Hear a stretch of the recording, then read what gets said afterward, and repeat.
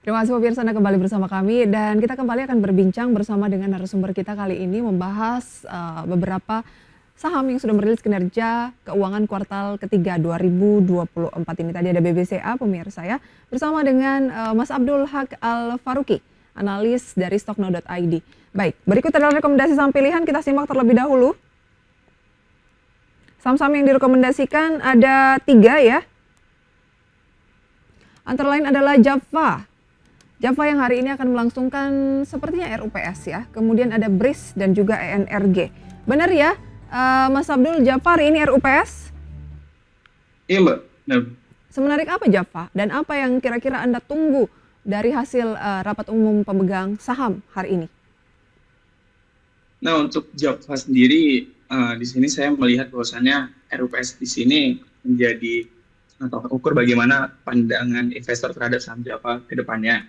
Dan juga untuk RUPS sebelumnya itu yang mana telah mengumumkan bahwasannya emiten akan membagikan dividen interim itu Rp70 per lembar ya untuk Java, sehingga itu menjadi sebuah katalis yang sangat positif bagi saham Java, di mana memang biasanya ketika Java itu membagikan dividen itu bersifat final, sehingga memang final itu pun di angka Rp50 hingga Rp60 per lembarnya, sehingga ini ketika Java membagikan dividen sebesar Rp70 per lembarnya sebagai dividen interim, ini menjadi sebuah katalis positif di mana memang ada potensi peningkatan laba dari Java sendiri di tahun 2024, sehingga Java berani membagikan interimnya di Rp70.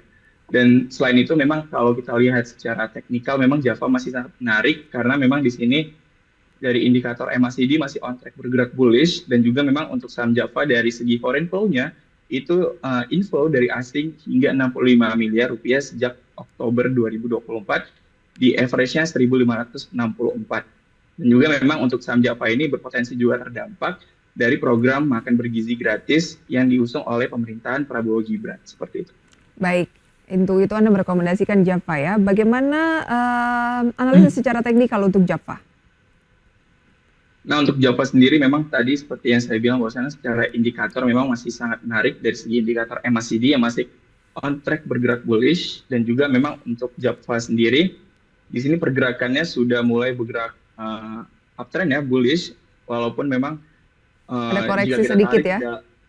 iya benar banget. Dalam jangka panjang memang dari tahun 2021 itu masih bergerak bearish, tapi ada Mhm. potensi Java untuk bisa breakout dari tren bearishnya seperti itu. Dari tahun berapa bergerak bearish? Dilihatnya range berapa lama yang kelihatannya bearish?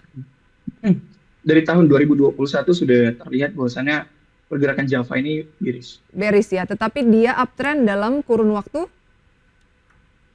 Nah, sejak tahun 2024 ini sudah mulai breakout menunjukkan pola dari tren uptrend ya. bearish. Baik. Iya. Year to date-nya sudah menguat 38,56% meski dalam satu pekan ini 3 hari itu cenderung diwarnai pelemahan begitu ya, Senin, Selasa dan hari Kamis kemarin ditutup hanya di hari Kamis ini dibuka melemah. Hanya di Rabu kemarin yang sempat naik 0,31%. 1640 pada pagi Ya. hari ini. Strateginya seperti apa?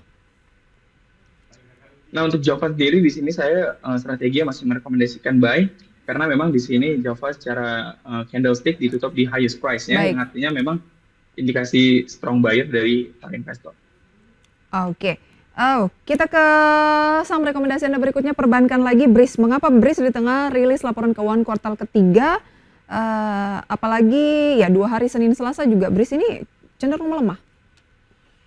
Nah, di sini saya merekomendasikan BRIS sebagai speculation buy karena memang di sini pergerakan BRIS masih di area supportnya, dan juga memang dikala memang pencatatan laporan keuangan atau pembagian laporan keuangan untuk saham-saham perbankan, di sini ada potensi BRIS mengalami peningkatan laba bersih, yang mana memang untuk BRIS yang sekarang sudah termasuk saham first liner ini cukup menarik di koleksi di sektor syariah seperti itu.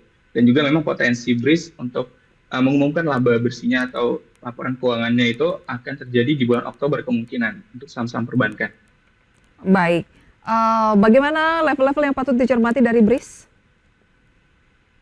Nah, untuk BRIS sendiri level-level yang bisa teman-teman investor cermati bahwasannya memang di sini ada area buy di 3.000 hingga 3.020. Mhm. Untuk take profit saja di 3.110, take profit 2-nya di 3.170 dan stop loss-nya di 2930. Tapi teman-teman juga bisa perhatikan bahwasannya memang untuk teman-teman yang mungkin bersifat long term ini sangat menarik untuk dikoleksi, tapi untuk teman-teman yang ingin trading lebih sabar, lebih konservatif, itu teman-teman sebenarnya bisa menunggu breeze itu koreksi hingga level 2.900 sebenarnya bisa. Baik, itu dia rekomendasinya ya untuk saham-saham yang sudah dibahas tadi. Tapi masih ada satu lagi ya rekomendasi saham pilihannya. Bagaimana dengan saham tersebut? Nah, untuk energi sendiri memang di sini untuk jangka pendek hingga menengah sangat menarik karena memang energi ini bergerak di sektor komoditas oil ya.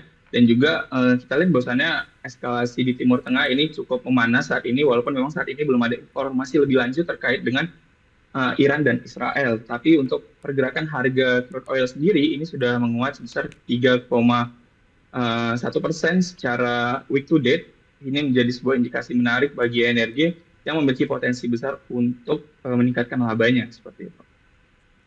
Oke, itu dia ya peluangnya untuk saham-saham yang Anda rekomendasikan baru saja. Baik, lantas mencermati pembukaan perdagangan pada pagi hari ini saya akan sampaikan begitu ya, di mana indeks harga saham gabungan turun tipis 0,02% atau 1 poin di 7.785 dengan nilai tukar rupiah itu berada di 15.634. Kita ke IHSG terlebih dahulu, 7.782. Bagaimana analisis Anda untuk peluang market kita ke depan nih, paling tidak juga mungkin sampai akhir tahun? Nah, untuk IHSG sendiri karena di sini saya sudah melihat bahwasannya ada peluang IHSG untuk mencapai level 7.900 di akhir tahun. Karena kalau kita lihat level 8.000 itu sebenarnya cukup berat dan idealis untuk IHSG bisa mencapai 8.000 karena memang di sisa akhir tahun ini banyak emiten-emiten yang terdampak seperti di sektor komoditas dari fluktuasi harga komoditas yang cukup meresikokan untuk saham-saham sektor energi, sehingga memang di sini IHSG masih ada potensi sebenarnya ruang ke level 7.900 walaupun memang saat ini masih bergerak sideways seperti itu. Masih bergerak sideways ya. Baik, kita ke Unilever. Pada pagi hari ini Unilever turun 7% setelah rilis laba 3 triliun rupiah di kuartal ketiga 2024. Menurut Anda dari indikasinya kenapa ya Unilever malah turun hampir 7% pada pagi hari ini pukul 9 lebih 6 menit waktu Indonesia Barat? Ya, untuk Unilever tentu saja ini bergerak melemah dan juga dibuka gap down ya. Karena memang rilis dari laporan keuangannya yang mana Unilever itu membukukan laba 3 triliun atau turun 28,15% secara year on year di 9 month ini. Ini menjadi laba terendah Unilever di tahun 2024 tentunya dan juga dari tahun 2023. Ini mengindikasikan bahwasannya memang deflasi ini benar adanya. Pelemahan dari konsumen terhadap barang-barang yang ada di pasar itu mulai cenderung berkurang seperti itu. Sehingga memang deflasi ini mengakibatkan saham-saham consumer ini terdampak cukup signifikan seperti Unilever. Dan juga kalau dilihat dari segi produknya, di sini Unilever sudah menjadi perusahaan yang sangat mature di Bursa Efek Indonesia dan juga produk-produknya sudah sangat dikenal oleh masyarakat. Oleh karena itu memang waktu atau kesempatan ekspansi untuk Unilever ini sebenarnya sudah sangat terbatas, sehingga memang manajemen harus memikirkan bagaimana caranya untuk mencari potensi laba dari segmen-segmen lainnya selain memang segmen consumer seperti itu. Baik, oke, itu dia. Apakah itu juga mencerminkan untuk emiten consumer lain? Saya cross check pada pagi hari ini CBP turun tapi nggak terlalu dalam 0,2%. Mungkin Mayora mungkin ya yang juga di sektor yang sama turun tapi nggak terlalu besar 0,75%. Dengan rilis kinerja Unilever yang Anda katakan ya bisa dikatakan tidak cukup baik gitu ya. Apakah juga menggambarkan kinerja dari emiten-emiten di sektor yang sama yang belum rilis, karena tadi Anda katakan yang menjadi penyebabnya bukan cuma masalah internal dari Unilevernya tetapi memang kondisi dari ekonomi masyarakat saat ini di mana daya beli cenderung menurun dan mungkin lebih banyak mencari alternatif yang dengan harga yang lebih terjangkau seperti itu. Nah, untuk Unilever, untuk saham-saham seperti Unilever, seperti Mayora itu kita lihat bahwasannya pergerakannya cukup sideways ya di beberapa hari terakhir.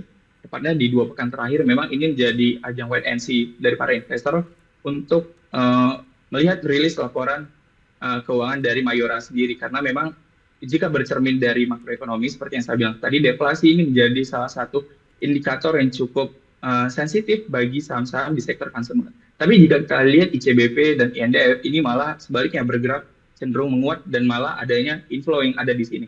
Karena memang untuk ICBP dan INDF sendiri di sini memiliki segmen yang cukup merucut, seperti untuk ICBP itu menjual Indomie, dan juga memang perubahan kurs dari rupiah ini mengalami penguatan atau terapresiasi dari US dollar, sehingga memang hal ini menjadi sebuah katalis positif bagi ICBP dan INDF yang mayoritasnya memang impor gandum dari luar negeri seperti itu. Baik, itu dia ya untuk beberapa saham consumer juga setelah tadi kita membahas Unilever yang pagi hari ini turun 7%. Kita akan melihat data lengkap pemirsa. Pembukaan perdagangan sesi pertama hingga pukul 9 lebih 9 menit waktu Indonesia Barat terpantau IHSG turun tipis 0,02%, 7.786, dan tadi sempat mengalami atau mencoba untuk menguat ya. Kemudian deretan saham-saham yang menjadi gainers dan juga losers dapat Anda saksikan di layar, dan ini tentunya masih akan terus mengalami perubahan. Yang memimpin tentunya adalah BCA dengan kenaikan sekitar 1% pasca rilis kinerjanya kuartal ketiga ya, yang bisa dikatakan cukup apik. Dan saat ini di 10.776. Kemudian Brand menyusul 2%, 7.725. PTRO 4%, 17.150. Agro ini juga tampaknya sesuai dengan kinerja laba kuartal ketiga, naik 5% di 298. Dan beberapa saham lainnya, top losers GoTo turun 1,36% di 73. AGRS turun 12% di 95. PSAB 2,25% di 348. ENRG dan beberapa saham lainnya. Mas, sedikit tanggapan Anda mengenai pembukaan perdagangan dari emiten mungkin, atau pesan-pesan untuk masyarakat investor dimanapun berada. Nah, untuk sekilas tentang perdagangan hari ini memang dibuka cukup fluktuatif, itu karena ditopang oleh tentunya saham BBCA sebagai top satu market cap di Indonesia, dan juga memang untuk saham brand di sini bergerak menguat, sehingga ini menjadi sebuah penopang bagi IHSG dikala memang saham-saham perbankan yang lainnya mengalami penurunan. Dan untuk teman-teman investor di sini, saya ingin memberikan pesan bahwasan atau tips untuk saat ini memang fokus teman-teman investor itu pilihlah saham-saham yang memiliki prospek cerah hingga pencatatan laporan keuangan di full year 2024. Teman-teman bisa perhatikan bahwasannya di saham-saham perbankan hingga komoditas itu memiliki exposure yang cukup menarik bagi para investor untuk dikoleksi. Dan juga untuk saham-saham yang berpotensi masuk ke indeks besar atau indeks global seperti MSCI dan FTSE, itu teman-teman juga bisa perhatikan bahwasannya untuk MSCI nanti rebalancing di November, dan untuk FTSE nanti rebalancing terakhirnya di 2024 di Desember. Sehingga memang menarik bagi para investor untuk mencermati saham-saham mana yang berpotensi masuk ke indeks-indeks global tersebut. Baik, itu dia ya rekomendasinya. Analisisnya juga mengenai pembukaan perdagangan di sesi pertama pada hari Kamis ini.